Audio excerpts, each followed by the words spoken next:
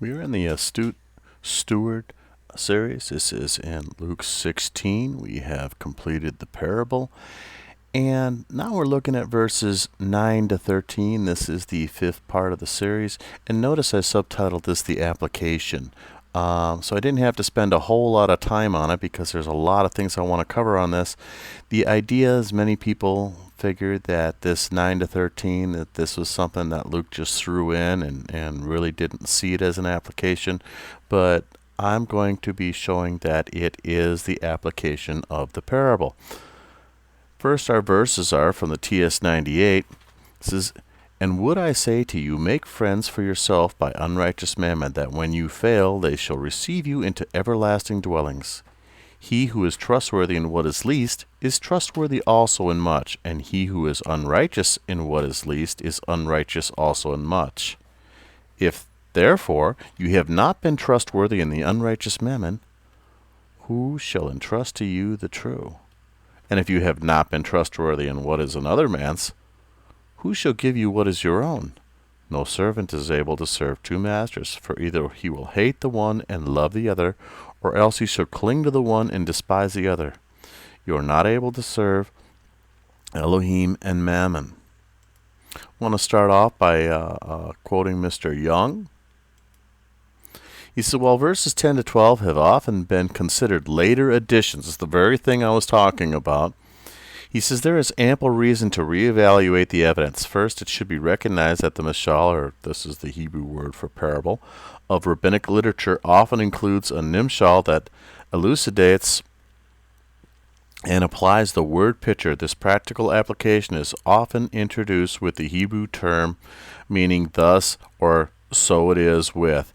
As entertaining stories, both rabbinic and gospel parables are designed to make a comparison and to illustrate a teaching. So in other words, what we have in 9 to 13 is an application of the parable. In Vincent's word studies, where we're dealing with the phrase, it's "I tell you," this expression is found over 30 times in Luke. I'm not going to list them all there. That's something you can look for on your own. But it says, and it can introduce seams that tie accounts together, or conclusions, showing once again, this, what we have in 9 to 13, is an application of the parable. It can, however, also be found within accounts as well, and we've got some areas there. Verses 11 and 12, Yeshua contrasts the unrighteous mammon, in other words, the earthly riches, with the true riches, the heavenly riches that God alone can give. In accordance with the principle laid down in the previous verse, the man who uses his money in the wrong way shows himself unfitted to handle more important things. He must not be surprised if God keeps them from him. Now we realize that money is considered the least, or the least important. And I would venture to argue, although I don't have the stuff to prove it just yet, that it is also, as far as in God's eyes, of least value. And in other words, if you can't be entrusted with what is of least importance, of what has the least heavenly value, how in the world are we going to trust you with anything more than that? And so when we look at this, sometimes within Luke 16, yes, it does very much have a monetary application. And that's what's being referred to, because when we get into Luke 16, verse 14 and 15, we're going to see the Pharisees are going to have some issues with this whole talking about money thing, and they're going to be deriding Yeshua. So he's going to tell them another parable to hopefully clear things up. And so that is the application of it in Luke 16, but I want you to understand that that is not the sole application. Consider, money is the least. The same truth is put in a highly paradoxical way. We should say that if we are not faithful in our own things, we are not fit to handle those of others. Yeshua reverses this. The money we think we own, it's not really ours. The interesting thing is we look at this thing, but everything we have can be used to serve two kingdoms. And most people would say, well, the kingdom of the adversary and the kingdom of the Lord. I would change that just a little bit. The two kingdoms are ours and his. We're either serving the kingdom of heaven or we're serving ourselves. What the adversary does is he gets us through the flesh to serve ourselves. He tempts us to serve ourselves. So when we got that money, we can look and we can say, well, I want to do this and I want to do that. We tend to waste away a lot in entertainment or in luxuries. I'm not saying that there's anything wrong, but there becomes an excess. So we're either, even with our mammon or our money, we're either serving ourselves or God. Those are the two real kingdoms. The adversary just uses the flesh to facilitate taking your service away from God and serving yourself, because by serving yourself, you are serving his purposes. And it's always what we have from God. Now, I put the scripture down below because it's really amazing, and that's something you can look at your own time, and we are no more than stewards of it. This is something we have to keep in mind, that we are stewards of these things. And for those of you familiar with the Shema, you full well know that, as well as those who have heard teachings from this ministry on the Shema. We've went over that numerous times. It says we cannot take it with us when we die. If we handle it badly, we show that we are unfitted to use the true heavenly riches, which will otherwise be given us as our permanent possession. You can see another parallel to this in Matthew 25, verse 34. But what does that really come down to? What do you value more? Right? Because what's truly yours? You haven't received anything that's truly yours yet. Even your gifts that God has given you are still his. You're to use those to honor and serve him. You haven't received your inheritance yet from the Lord. See, this is something that's what's truly ours, is our inheritance, our heavenly rewards, the riches we have when we are reunited with our Heavenly Father. That's what's truly ours. Everything else we have is on loan to serve him and to help us through this present evil age. And I would say to you, make friends for yourselves by unrighteous mammon, that when you fail, they shall receive you into everlasting dwellings. I'm going to talk a bit at length on verse 9, because when you get into 10 and 11 and 12, and a lot of it's just common sense, but if you really don't understand what 9's talking about, you really don't set yourself up that well for what's coming. In Vincent's word studies, he talks about, because all our versions say when you fail, right? But is that what's failing? Because all the best texts read when it fails. What fails? The mammon. The money. That thing that we're using to serve ourselves. In essence, it's become a god because it's what we serve. Mammon fails. Now, this is something, if you can, I'll babble on for a little bit, but you either get your phone out, take a picture, do something. You want to have this with you. You want to have somewhat of an understanding of these 5 points. And what I want you to understand is these are the 5 that I had laid upon me. Am I saying that this is an all-inclusive list? No, I'm not. But what I am saying is these are the 5 that were placed on my heart. Mammon fails you when you die. Right? You're done buying. You're done buying. You can't serve yourself. You cannot serve the Lord anymore. Mammon fails when it is not used to serve God. Because you, for whatever reason, designated that money to be used for something more valuable, yourself. Mammon fails when it's not used to honor God. In essence, you could actually say that verses 2 or the second and the third point are actually linked, aren't they? Here's a biggie. Mammon fails when in place of God, it becomes your place of trust. In one way or another, and I don't mean to point fingers, I'll definitely point one at myself, but I find myself in this as well. I say, if I made more money, I'd be able to do this, I'd be able to do that, or how am I going to do this, or how am I going to do that? Where's my faith? I'm looking at myself, and I'm looking at my own shortcomings, and I'm looking at my own inabilities, but I'm not looking at what God can do. So mammon fails when in place of God it becomes your trust. And in a lot of ways, when we look at the actual parables, there is a picture of death in the parable, but we can definitely see that the steward wasn't serving God. He was serving himself because he was wasn't really charging what he could be charging. He definitely wasn't honoring God, right? It was his trust, and he was about to get thrown out on his face. So yeah, he would definitely be broke. All 5 of these apply to the steward. And this is why something I said you want to have this, because you may want to go back and you may want to look in depth on your own and say, hey, where can I apply these to the steward? What else can I learn?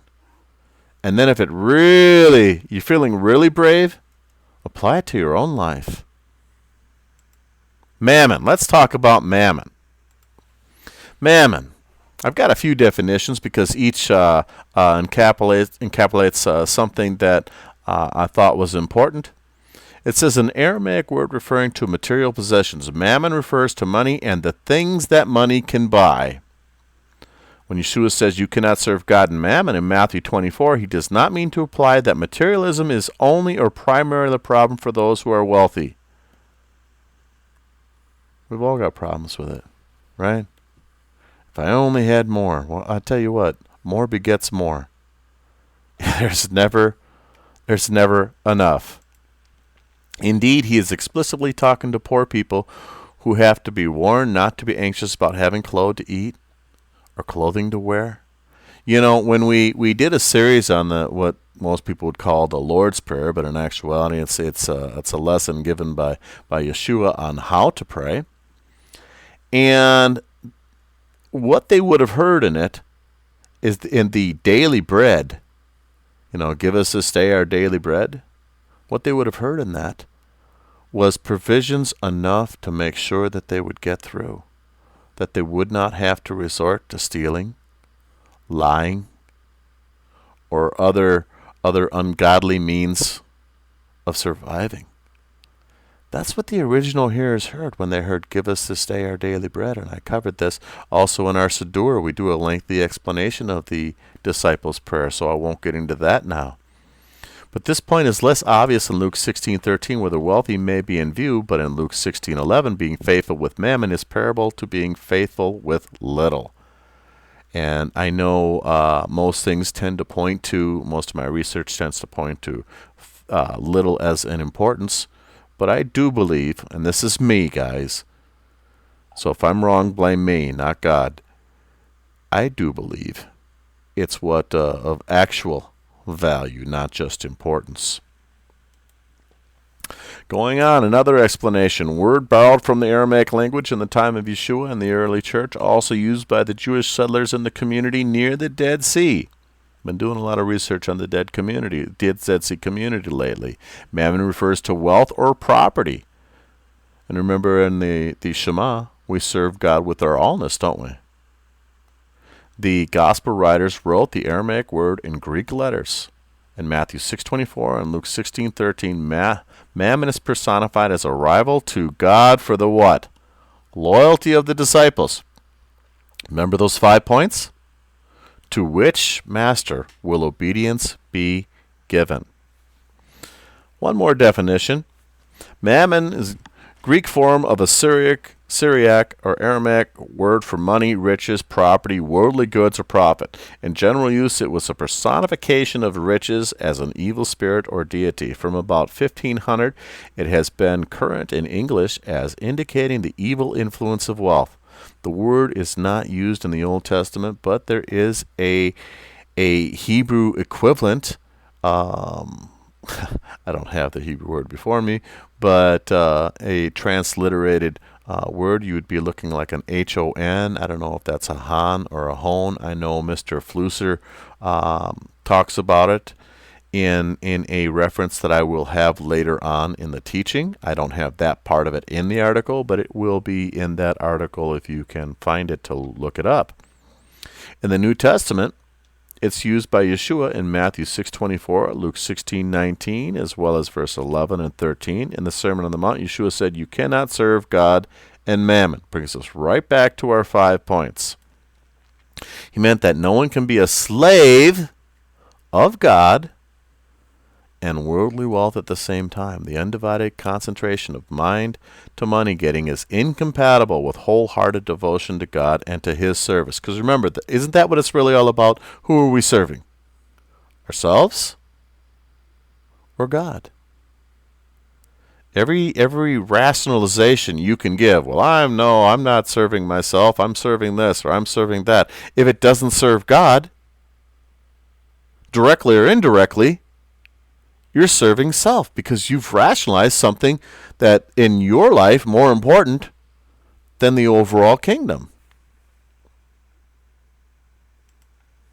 Examples of mammon failing. We're going to be looking to Scripture for this, and these are some of them are ones we've already covered in other teachings from Luke 12:16 to 21. And he spoke a parable to them, saying, "The land of a certain rich man yielded well."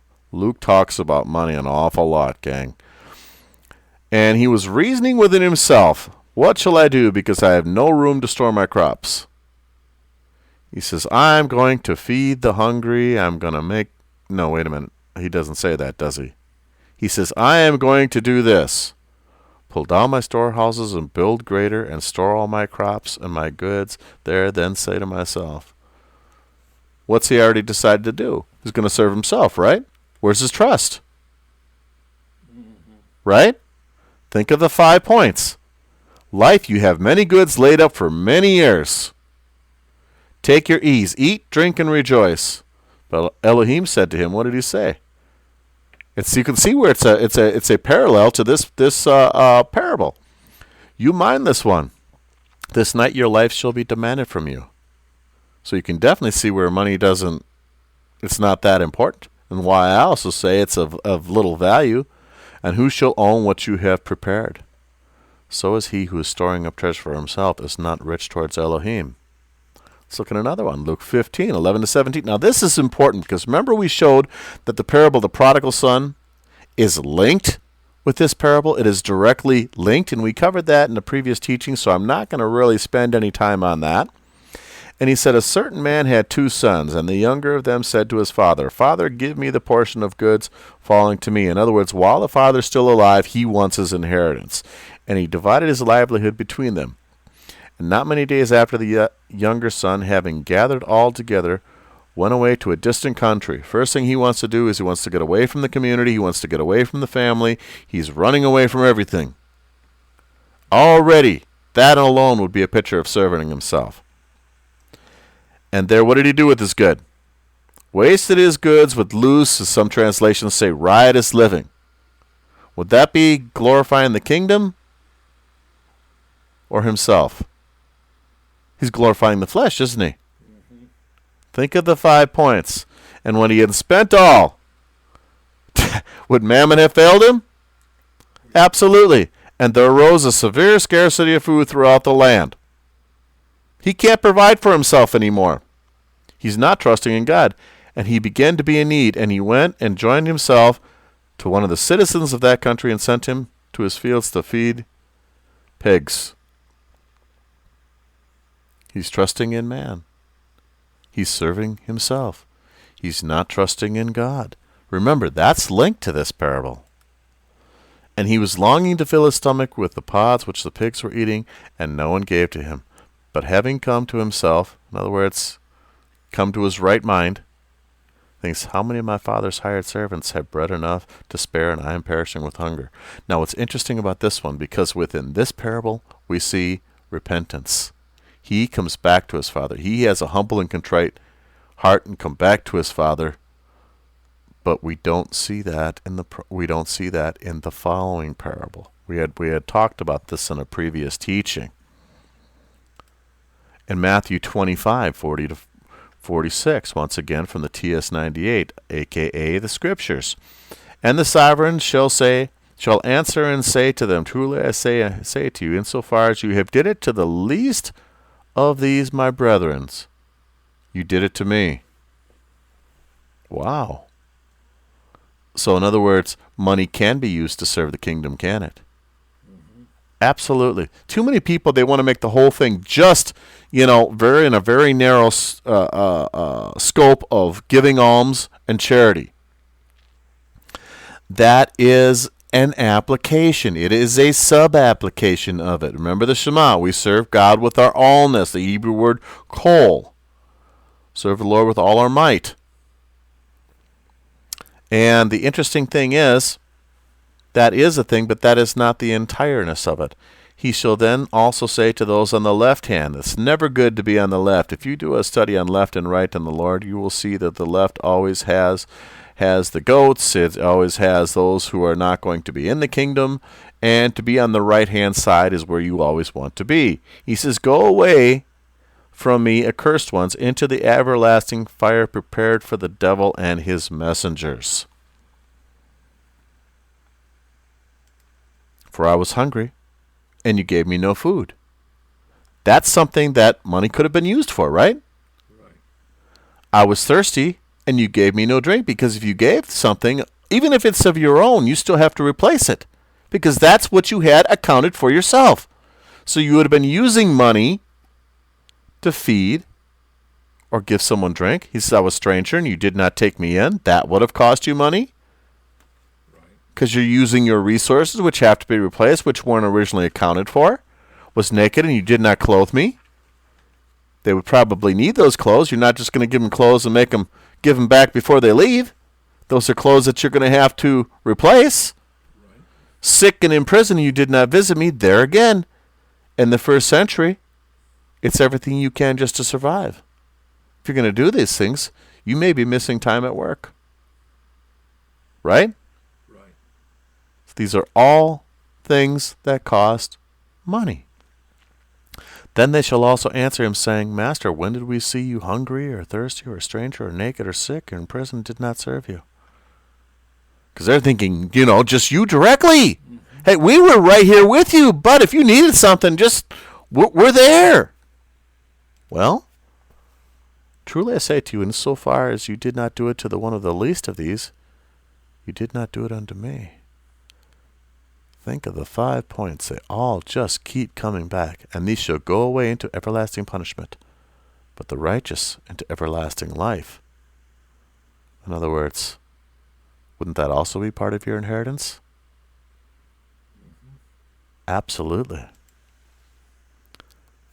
And he also said to his taught ones, remember this one? There was a certain rich man who had a manager who was accused to him of wasting his possessions. I just brought that up just so we remember that this is also one of those scenarios. We've already went through that parable, so we really don't need to go through that again. Now, some of the words here, there's a lot of different ways I could have broke this down, but this was probably the shortest path to get to where we're going. And he looks at the phrase, the Greek words for the phrase, by means of dishonest wealth, and what he notices is, I'm making up my own word, the genitive refers to the way in which wealth is acquired. So what are we talking about? Well, I drive truck, I work the land. Is that what we're talking about? No, what we're talking about was it righteously acquired? Was it unrighteously? Was it honestly, dishonestly? That's what we're dealing with here. He says, mammonas, from an Aramaic mammona, of uncertain derivatives. Thank you. Often occurring in the Targum and the Talmud with reference to money made in dishonest ways or spent for dishonest purposes. The phrase ho mammonas tes adika seems almost always to imply that wealth as such is morally or religiously bad. So the undertones are there, aren't they? And that's what I wanted you to see. And by looking at the words, like I said, this was the shortest path to get to this point with the least confusion. Also, when we look at the phrase, so that they may welcome you into eternal dwellings, the subject of this is not the friends. This is not the they. Who is it? It's not the friends that'll welcome you in the preceding clause, and the verb is best understood as a Hebraistic way of rendering the passive with God as the agent of the welcoming. In other words, it's another way of saying God will welcome you. The eternal dwellings are best understood as dwelling places in the age to come. The Greek word for to fail or to come to an end, probably in the sense of being no longer of any use. Like I said, this was the shortest path to get to an understanding. Going back in Vincent's word studies, I've got a lot from him in this one. Looking at verses 16:9, there I've just put it up for you again, where it says, you will be welcome. This gets into a little bit of a different angle of explaining the same thing in case you weren't able to make sense of it before. The phrase, you will be welcome, this use of the third person plural, you will be welcomed, is literally, they will welcome you. And so people say, oh, it's going to be God and it's going to be the angels, right? But in actuality, it's just another way of saying God will welcome you. Because in the first century, even in much of Judaism today, you don't want to ascribe to God any of the weaknesses of man, so you don't try not to refer to him as a man out of respect.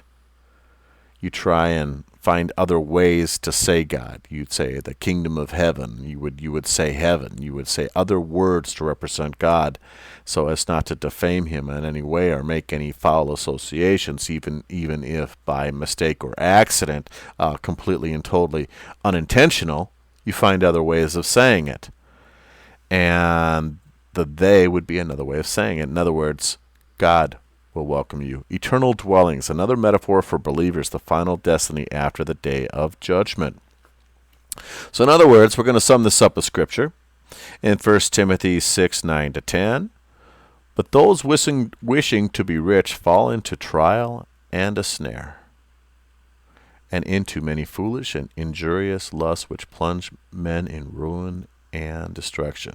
The idea is, if this is to, I'm not saying that being rich is bad, and that's one of the things we want to make clear right away, but there's a danger in it, isn't there? And you've got to keep that danger at bay, because if you're looking at that and you're saying, okay, yeah, well, maybe I won't have to worry, but the big thing is, more importantly, I'm going to be able to do this for the kingdom, I'm going to be able to do that for the kingdom, and because it goes on to say, for the love of money is a root of all kinds of evil, because you're seeing what you can do for yourself. And that's like, remember the 5 points. Remember we talked about the two kingdoms you're serving. In reality, it's either yourself or the kingdom of heaven. This is for which some, by longing for it, have strayed from the belief and pierced themselves through with many pains. Ben Sirah existed a couple hundred years before Yeshua, and what I want you to understand, this is what we'd call the Apocrypha, is it was the most read book outside the canon all the way up to the 9th century Common Era. So a lot of what Ben Sirah would come to mind as Yeshua taught. Now, I'm not even saying that Yeshua would quote Ben Sirah directly. He may have quoted things that or referred to him. He may have known that the things that he was talking about, Ben Sirah would come to mind. But if you're going to reach somebody, how are you going to do it? You're going to speak to them on their own level, aren't you? You're going to use things that they understand. Look at this, because this is quite interesting, because I believe this is one of the things that would have come to mind where Yeshua knew he had an avenue where he could reach these people. In Sirah 5, 1-8, it states, set thy heart upon thy goods, and say not, I have enough for my life. You might say that might apply to a few of the examples we looked at. Follow not thine own mind and thy strength to walk in the ways of thy heart. Remember I talked about the two kingdoms? And say not, who shall control me for my works? For the Lord will surely revenge thy pride. Say not, I have sinned, and what harm hath happened unto me? For the Lord is longsuffering. He will in no wise let thee go. Concerning propitiation, be not without fear to add sin unto sin, and say not, his mercy is great. He will be pacified for the multitude of my sins. For mercy and wrath come from him, and his indignation resteth upon sinners. Make no tarrying to turn to the Lord. In other words, make that a priority. And put not off from day to day, for suddenly shall the wrath of the Lord come forth. And in thy security thou shalt be destroyed. To get a chance, look at 2 Peter chapter 2 sometime. That ties in beautifully. For suddenly shall the wrath of the Lord come forth, and in thy security thou shalt be destroyed and perish in the day of vengeance. Set not thine heart upon goods unjustly gotten, for they shall not profit thee in the day of calamity. I could have just put that up, used it as a commentary, called it good, and everything that we needed to say could have been said, but gang, there's more. So, we're going to look at verses 10 to 13. I've got these up for you. We read this before. I'm not going to go over this again. In Luke 16:13, the words, the oiketos, or ketes, it is the word slave. It's added in order to make clear that the reference is not to serving in general, right? But to a slave's serving. You're serving as in a manner as of a slave. So what are we talking about? You're either a slave to God or self. What might Paul have said? He might have looked at being a slave to sin, right? Either a slave to sin or you're a slave to God. In verse 13, the servant is a household slave. And serve means serve as a slave. Another way of saying the same thing. Nobody can be a slave to two masters at once. He may try, but only one will get his full devotion. So is it with God and mammon. A man can devote himself wholeheartedly to the service of either, but not of both. You can see this as well in Colossians chapter 3, verse 5. Yeshua teaches, he who is faithful in a very little is faithful also in much, and he who is dishonest in very little is dishonest also in much. The steward in our parable, he actually fits this quite well. And he talks about a parallel saying in the Mishnah, and that actually deals with tithing. The idiom was probably a floating expression that appeared in various contexts. In other words, you've got a stock of different, things you use, or even different metaphors you're going to use, and you use them continuously, or sayings. You intersperse them within teachings, within parables, and that's what he's getting at. He says it stresses the virtue of faithfulness, that is, one who proves to be trustworthy. It could be applied to tithing, almsgiving, and this is important, or any other duty in which a person is called to be steadfast in proper observance. Remember I talked about that narrow scope. And too many times people see this just in the scope of money, or they see it just in the scope of judgment. You talk to 20 people about what this parable's about, and you're going to get, 15, maybe 20 different answers. And they're all going to be narrow in scope. Don't see the narrow scope. Just get back a little bit, right? And see the whole picture. If you're standing face to face, looking at a stop sign, what can you tell me about the stop sign? You can tell me it's cold on your nose and it's red. But if you back up, right? You can read the words, and you can see the white border around the outside as well as the shape of it. So sometimes make sure you're not, nose to metal to the stop sign. Back up a little bit so you can see what it actually says. And of course, if you're in San Antonio, we put blinking lights on to make sure we get your attention. It says, in a discussion concerning who is reliable in the area of tithing, the rabbis tell Rabbi Yehuda, he who would not be faithful in what concerns himself, how then could he be faithful in what concerns others? In the gospel text, Yeshua was addressing issues of charity and almsgiving when he challenged his audience. If then you have not been faithful in the unrighteous mammon, who will entrust to you the true riches? And remember, we talked about the true riches is your inheritance and your heavenly rewards. And if you have not been faithful in that which is another's, remember, it's not yours. Whose is it? It's on loan. It's on loan from God. It's seed given by him for you to sow. Who will give you that which is your own? Now, the idea is not just who will give it to you. It's said in such a way saying, bud, nobody is going to give you So that's what's going on there.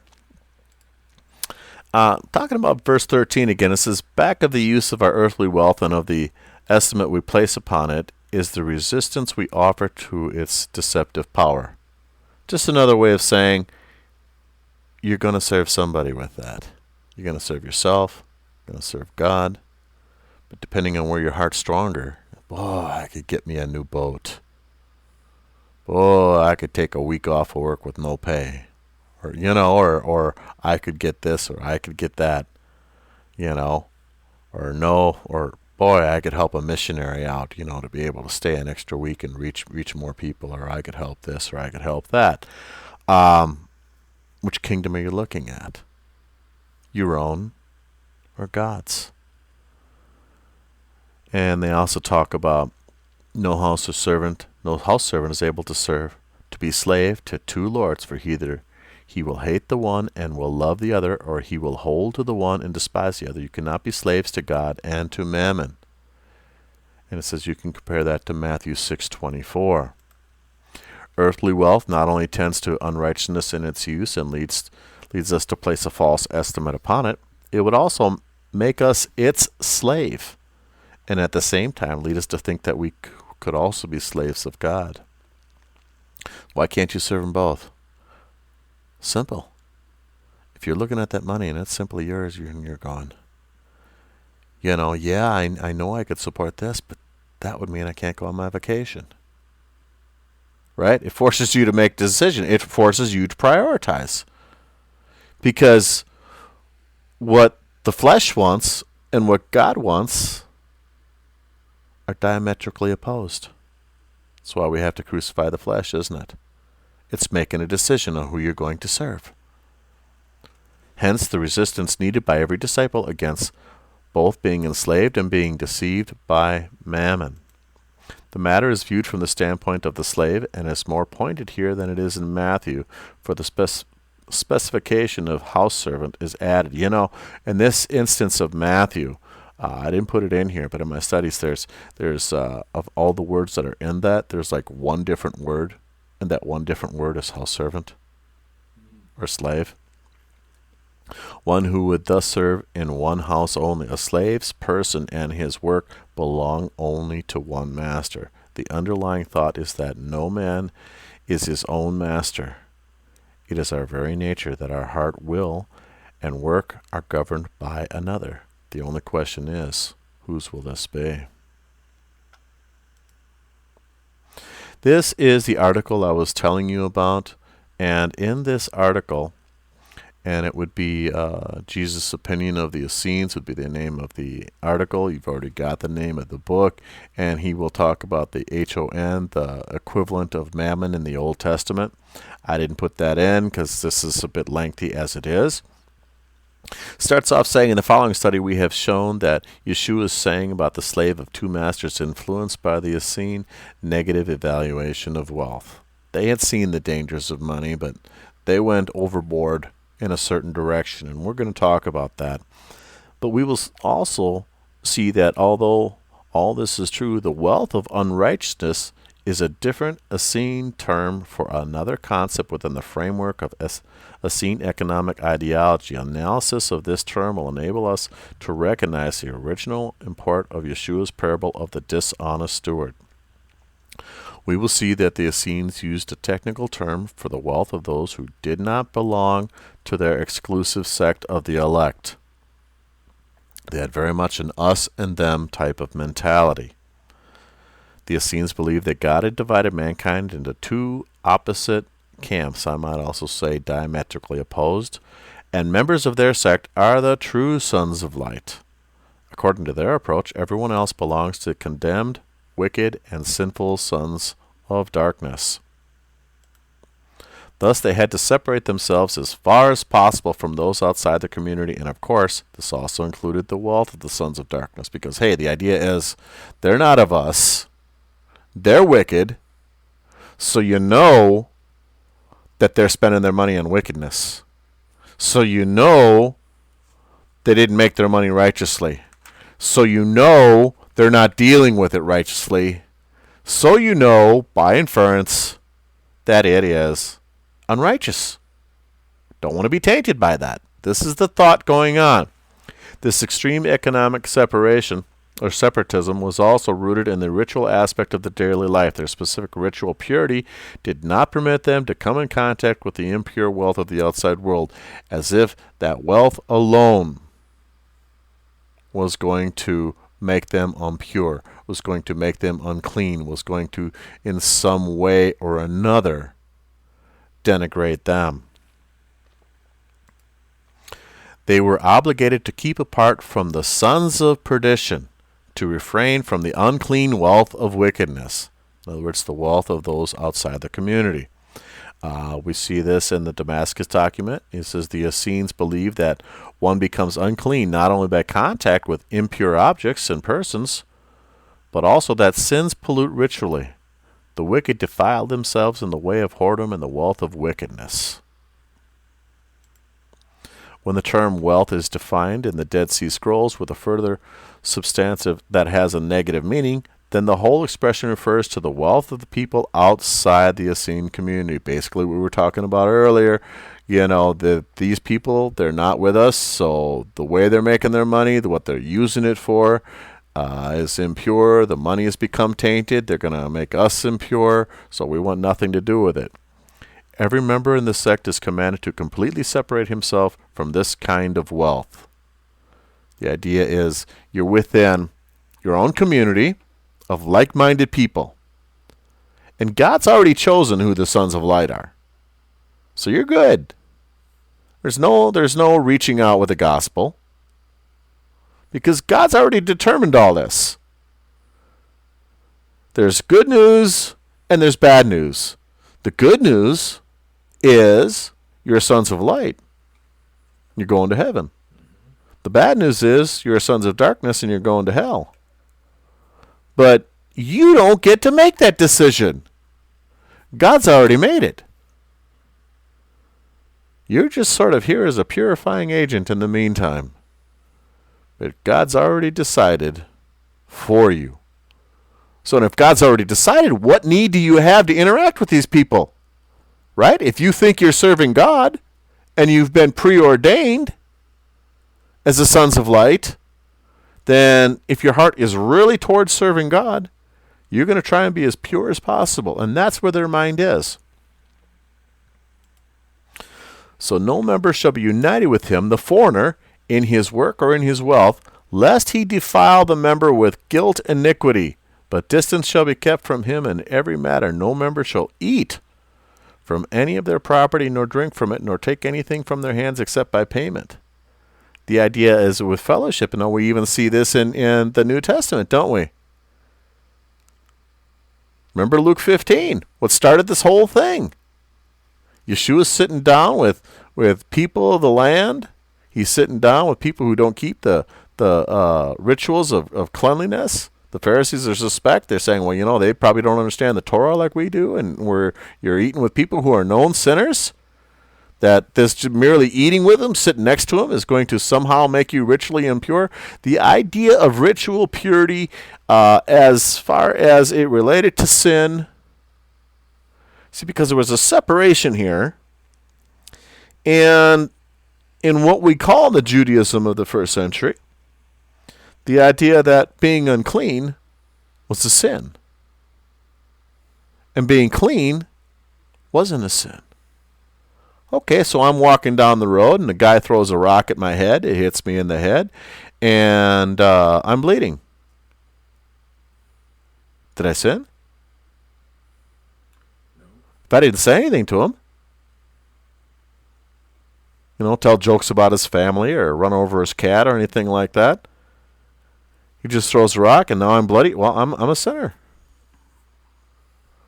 In their estimation, there's a number of things that can happen outside of your control, and it's just a matter of being ritually clean or morally clean. And this was the debate that Yeshua was having with the Pharisees in the first century. This was the thing they weren't able to see eye to eye on. In many languages, I know Mr. Neusner in a book called The Rabbi Talks with Jesus talks about how there were two people speaking about two different things, basically having two different conversations going on, which is quite interesting because Mr. Neusner is not a messianic believer. I do believe with the right people, though, he could be. It says, for all who are not accounted as in his covenant, keep them separate and all that belongs to them. Remember that us and them mentality.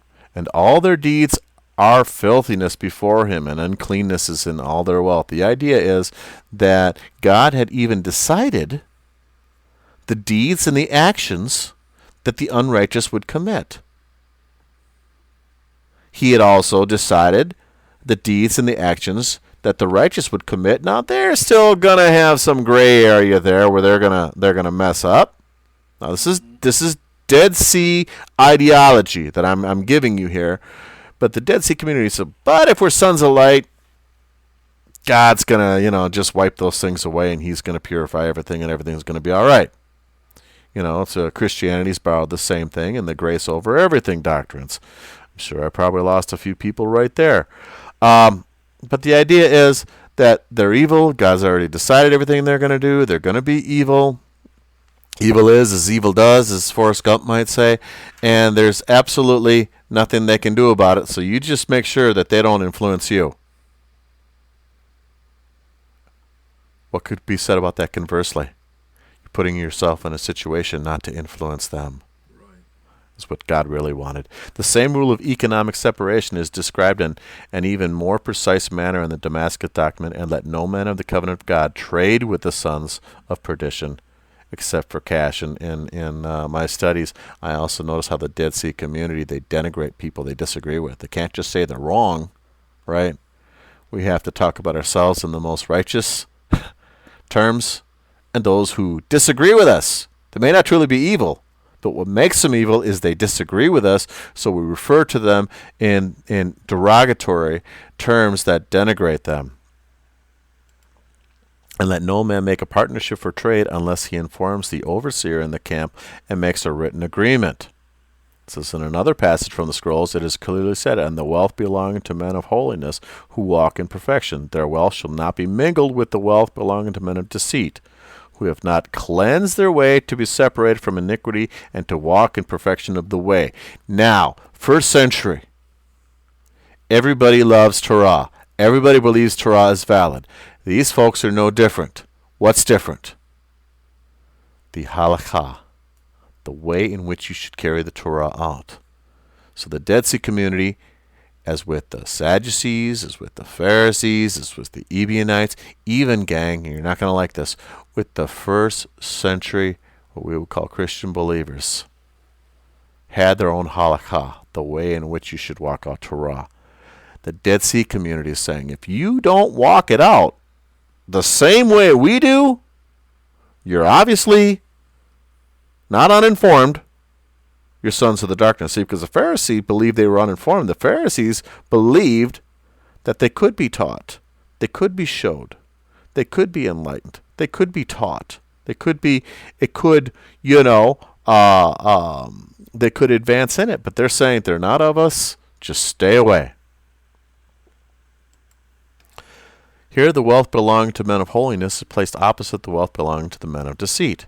No doubt this term is synonymous with the wealth belonging to the men of unrighteousness.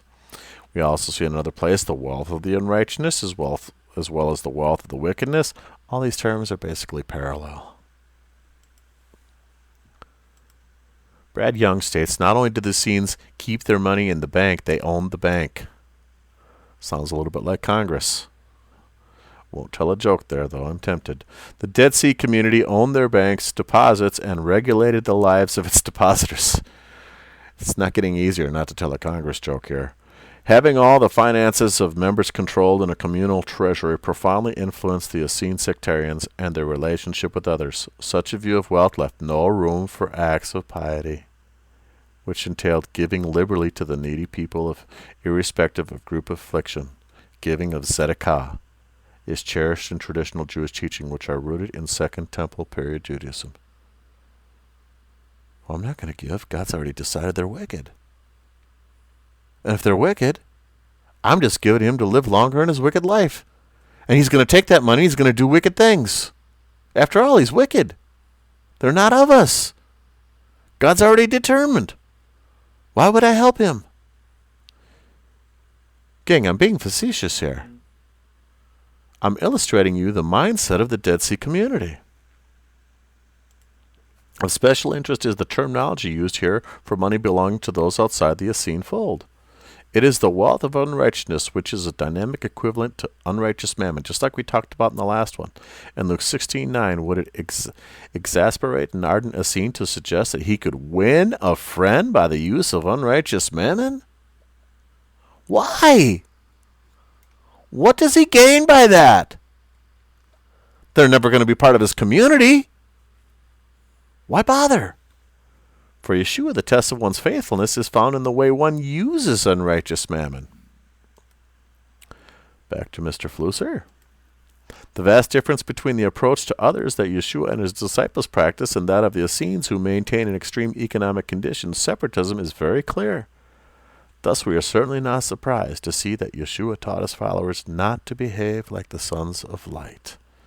Those who want to follow him are required to live in brotherly love with the outside world and refrain from isolating themselves from others economically. Because that may be the thing that opens the doors for the gospel. The emphasis on relations with others not only guaranteed Yeshua's followers friendship with outsiders, but also, and here it is, would work to open the non-believers' hearts to Yeshua's message of love. This is the purpose of Yeshua's application of the parable, which appears in the words of explanation which follow it in Luke 16:10-12. Gang, Mr. Flusser was not a believer in Yeshua. And he could see this clearly. My question, can you? Let's move forward. Got some bonus stuff here. Now, this is where it really comes in handy if you're watching this and you're not actually here live, because you can stop the rabbi. I am going to bring up some slides and I'm going to go through them somewhat slow, but whether on your DVD player or maybe you're trying to watch us on a cell phone or a tablet of some kind, you will be able to actually stop the slides and get what you need, because I'm not actually going to talk about them, but or comment on them. So this can be a little extra if that is something you're interested in. Extra is there, and there is some very interesting stuff. Some of it talks about stuff that I talked about throughout the teaching, gives a little more depth, a little more insight, but I wanted to keep the teaching moving, so I didn't put all this stuff in. But a lot of goodies here for those of you who are hungry for it. And when I get to the end of this, you're going to have an article that even if you don't do anything else, you should probably spend some time looking at it. It is also by Mr. Flusser and Safrai, and it's an absolute, and this is the article right here, The Slave of Two Masters.